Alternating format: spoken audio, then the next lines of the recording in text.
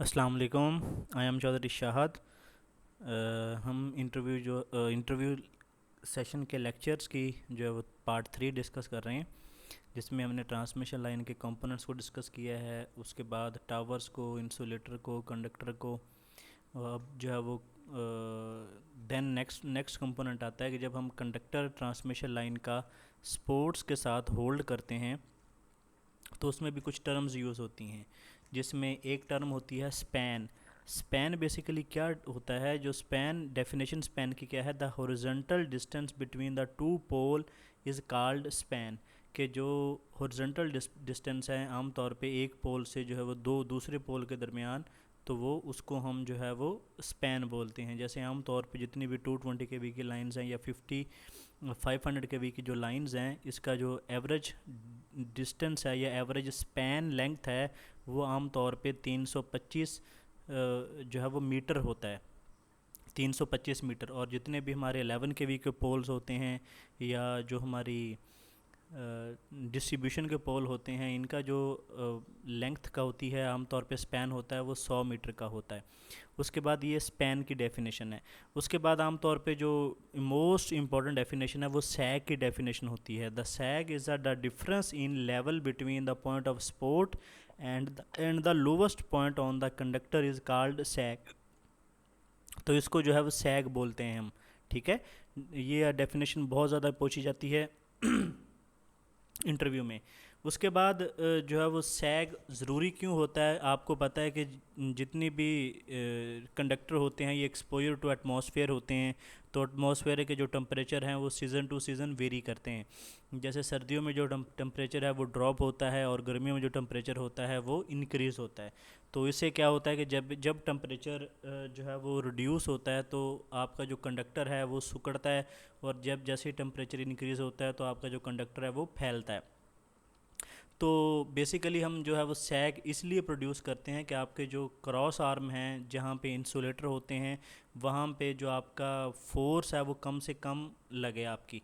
जब और सैग के जब हम सैग प्रोवाइड करते हैं तो जैसे ही विंड का जो आमतौर पे प्रेशर होता है, जो विंड डिस्टर्ब करती है कंडक्टर को, तो उससे जो है वो आपका क्रॉस आर्म के ऊपर जो फोर्स होती है वो भी कम हो जाती है। अगर हम बिल्कुल सैग ना दें कंडक्टर को, उसमें बिल्कुल टाइट रखेंगे, तो उसमें जो कंडक्टर है जैसे ही गर्मियों में सर्दियों में सिकुड़ेगा तो वो टूटने के ख़तरे होते हैं। और जब सर्दियों में फैलेगा तो उससे क्या होगा कि सर्दी गर्मियों में तो कोई मसला नहीं होगा, लेकिन सर्दियों में जो है वो कंडक्टर जब फैलेगा तो उसकी जो स्ट्रिंग होती हैं वो टूटने का ख़तरा होता है। उसके बाद जो है वो सैग में दूसरा इम्पॉर्टेंट टॉपिक है इसका फार्मूला। वो अक्सर पूछ लेते हैं ये सैग का फार्मूला क्या होता है? WL²/8T, ये सैग का फार्मूला है। इसमें W क्या है? वेट ऑफ कंडक्टर है। एल स्क्वेयर क्या है? एल जिसमें लेंथ ऑफ कंडक्टर है, स्पैन है। उसके बाद टी क्या है? टेंशन इन कंडक्टर, कि कंडक्टर में टेंशन कितनी है, बेसिकली खिंचाव कितना है। उसके बाद जब हम स्पैन डिसाइड करते हैं तो इसमें दो चीज़ें हम देखते हैं, सैग और टेंशन। सैग और टेंशन जो है वो इन्वर्सली प्रोपोर्शनल है, इनका जो रिलेशन है वो इन्वर्स रिलेशन है। कि जब हम सैग इंक्रीज़ करेंगे तो टेंशन डिक्रीज़ हो जाएगी, अगर हम सैग डिक्रीज़ करेंगे तो टेंशन कंडक्टर में इंक्रीज़ हो जाएगी। तो इसमें in planning the sag tension and clearance to ground of given span a maximum stress is selected. It is then aimed to have this stress developed at the worst probable weather condition. weather condition भी जो है वो disturb करती है। minimum expected temperature and maximum ice loading and maximum wind. Maximum ice loading भी हम इसमें decide करते हैं। जैसे ऐसे ऐसे इलाके जहाँ पे बर्फ़ होती है, तो जैसे ही आइस उस पर गिरती है तो आइस जो है वो कंडक्टर के ऊपर जमा हो जाती है, जिसकी वजह से जो कंडक्टर का वेट होता है वो और ज़्यादा इंक्रीज़ हो जाता है, जिसकी वजह से जो आपका सैग है वो भी इंक्रीज़ हो जाता है। तो ये भी हम जो है वो तीन चीज़ें देखते हैं, मिनिमम टेम्परेचर, मैक्सिमम विंड और उसके बाद maximum ice loading in that conductor. wind loading increases the sag of direction of resultant loading but decrease the vertical component, therefore the clearance calculation, the effect of wind should not be included unless horizontal clearance is important कि हम आम तौर पे जो wind की consideration है वो हम आम तौर पे नहीं लेते, लेकिन मिनिमम टेम्परेचर और आइस लोडिंग की जो है वो कैलकुलेशन वो लाजमी करते हैं। उसके बाद एक इम्पॉर्टेंट टर्म है जिसकी आम तौर पे डेफिनेशन पूछ लेते हैं कि व्हाट इज़ स्ट्रिंगिंग चार्ट। तो स्ट्रिंगिंग चार्ट क्या होता है? For use in the field work of stringing the conductor temperature sag and temperature tension chart are plotted for a given conductor the loading condition such curve is called stringing chart। के इसमें क्या होता है कि जो temperature sag temperature tension chart are plotted for a given conductor with loading condition के loading condition के साथ जब हम एक चार्ट प्रिपेयर करते हैं टेम्परेचर सैग का और टेम्परेचर टेंशन का, तो उसको हम स्ट्रिंगिंग चार्ट बोलते हैं। ये डेफिनेशन आपने याद रखनी है, ये अक्सर पूछ लेते हैं। उसके बाद कंडक्टर वाइब्रेशन है। कंडक्टर वाइब्रेशन बेसिकली क्या होती है कि विंड, क्योंकि आमतौर पे जैसे कंडक्टर आपके ओवरहेड लाइन के एक्सपोजर टू एटमॉस्फेयर होते हैं, तो जैसे ही विंड चलती है तो विंड जो है वो कंडक्टर को डिस्टर्ब करती है। तो उस हवाले से जो है वो हम देखते हैं कंडक्टर में वाइब्रेशन के हवाले से, wind exert a pressure on exposed surface of the conductor if the wind velocity is small the swinging of conductor is harmless provide clearance is sufficiently। अगर तो विंड स्मॉल है तो हमारे कंडक्टर की स्विंगिंग भी बहुत थोड़ी होगी और उससे कोई हमें ख़तरा नहीं होता। So conductor do not approach within the sparking distance of each other a completely different type of sorry मैं दोबारा इसको रीड करता हूँ। The wind velocity small the swinging of conductor is harmless provide the clearance is sufficiently large so that conductor do not approach within the sparking distance of each other.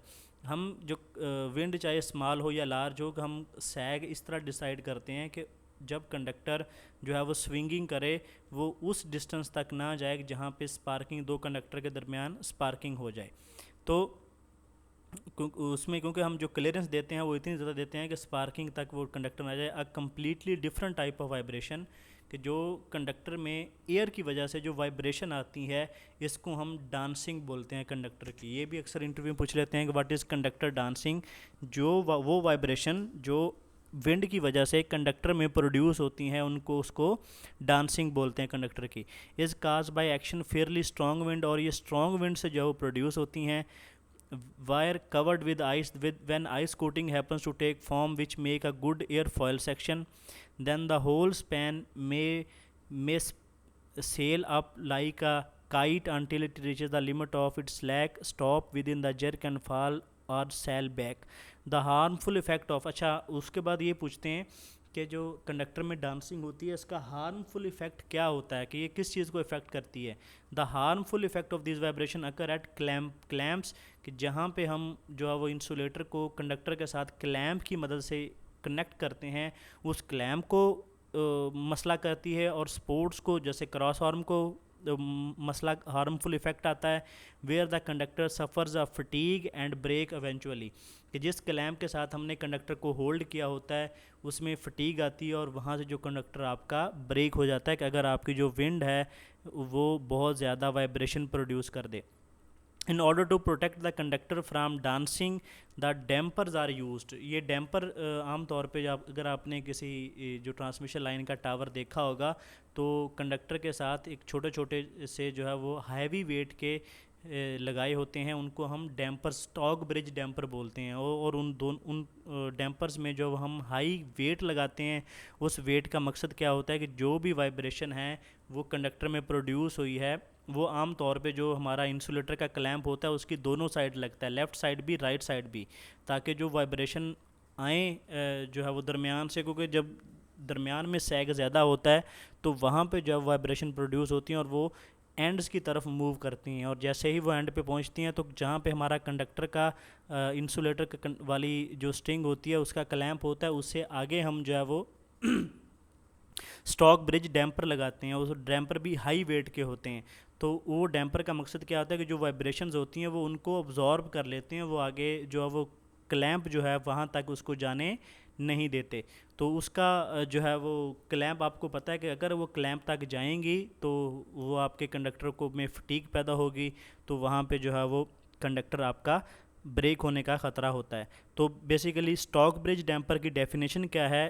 मतलब ये भी वो interview में question होता है कि what is damper and there use, कि stock bridge damper भी इसको बोलते हैं या सिंपल डैम्पर भी बोलते हैं। Stock bridge damper is a tuned mass damper use to suppress wind induced vibration, कि ये विंड इंड्यूस्ड वाइब्रेशन को ख़त्म करने के लिए यूज़ होता है on slender structure such as overhead power line, long cantilevered signs and cable stayed bridge. ठीक है, तो ये जो है वो हमारा डैम्पर्स का काम होता है कि ये जो जितनी भी हमारी विंड्स की वजह से जो प्रोड्यूस होती हैं वाइब्रेशंस, उनको ख़त्म करने के लिए यूज़ होता है।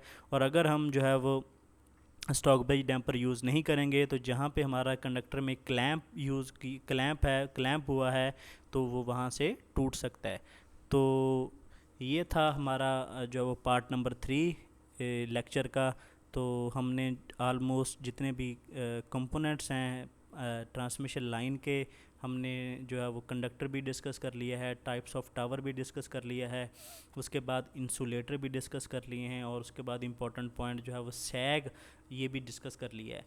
तो इसमें जो अगर मैं इम्पोर्टेंट एक समरी आपको बताऊं जो इम्पोर्टेंट क्वेश्चंस की, तो इसमें जो है वो मोस्ट इम्पॉर्टेंट क्वेश्चन कंडक्टर के हवाले से ACSR है कि ACSR कंडक्टर क्या होता है, उसमें स्टील का काम क्या होता है, ACSR की फुल फॉर्म क्या है, तो ये सारे ये इम्पोर्टेंट है। उसके बाद अगर हम नेक्स्ट टॉपिक टावर्स के हवाले से जाएँ तो स्टील टावर क्या होते हैं, उसके बाद ट्यूबुलर पोल जो है वो बेसिकली क्या होते हैं, ये इंपॉर्टेंट क्वेश्चन है।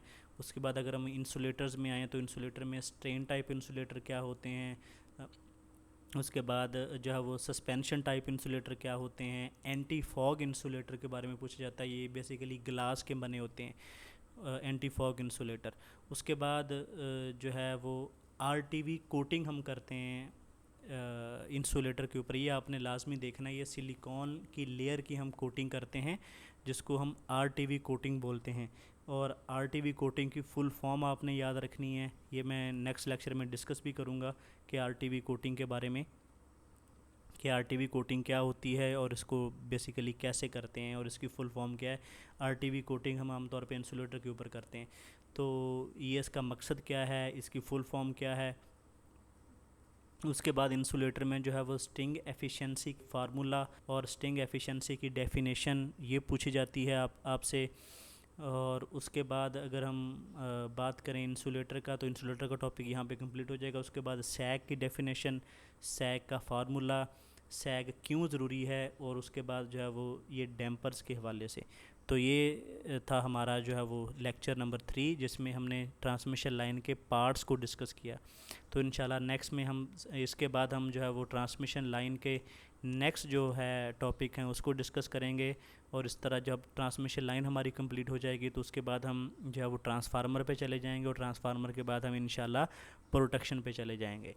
तो वीडियो अगर अच्छी लगी हो तो वीडियो को लाइक करें, चैनल को सब्सक्राइब कर लें और बेल आइकन को प्रेस कर लें ताकि आने वाली वीडियो का नोटिफिकेशन आपको मिल सके।